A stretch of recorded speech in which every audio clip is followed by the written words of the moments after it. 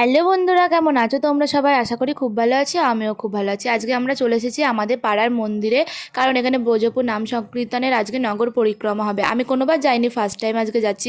আর দেখো, সবাই আমরা এখানে তিলক পরে নিয়েছি। তোমরা কমেন্টে জানিও কে কে তিলক পরতে ভালোবাসো, আর এটাও জানিও যে আমাদের সবাইকে তিলক পরে কেমন লাগছে। তো এখানে মায়াপুরের সব প্রভুরাও এসেছিলো, তো তারপরে আমরা সবাই মিলে বেরিয়ে পড়েছি। দেখো, সবাই এখানে বেশিরভাগ মানুষই সবাই সাদা শাড়ি পরেছে, যার জন্য দেখতে বেশি সুন্দর লাগছিল। আর সত্যি কথা বলতে, কৃষ্ণ ঠাকুরের গানে যে এত সুন্দর নাচ হয় জানতামই না, যার জন্য আমি একটা বড় ভিডিও পোস্ট করব, কারণ এইটুকু ভিডিওতে সব কিছু দেখানো সম্ভব হলো না। আর আমরা সত্যিই খুব মজা করেছি আজকে। আর ফিরতে ফিরতে আমাদের সন্ধ্যা হয়ে গেছিলো। আর এখানে বাচ্চাগুলোকে চকলেট দেওয়া হচ্ছিলো, আমি একটু চকলেট নিয়ে নিয়েছিলাম। তারপরে এখানে রাধাকৃষ্ণ ঠাকুরকে মন্দিরে প্রতিষ্ঠা ছিল, তো দেখো ঠাকুরটা কত সুন্দর হয়েছে।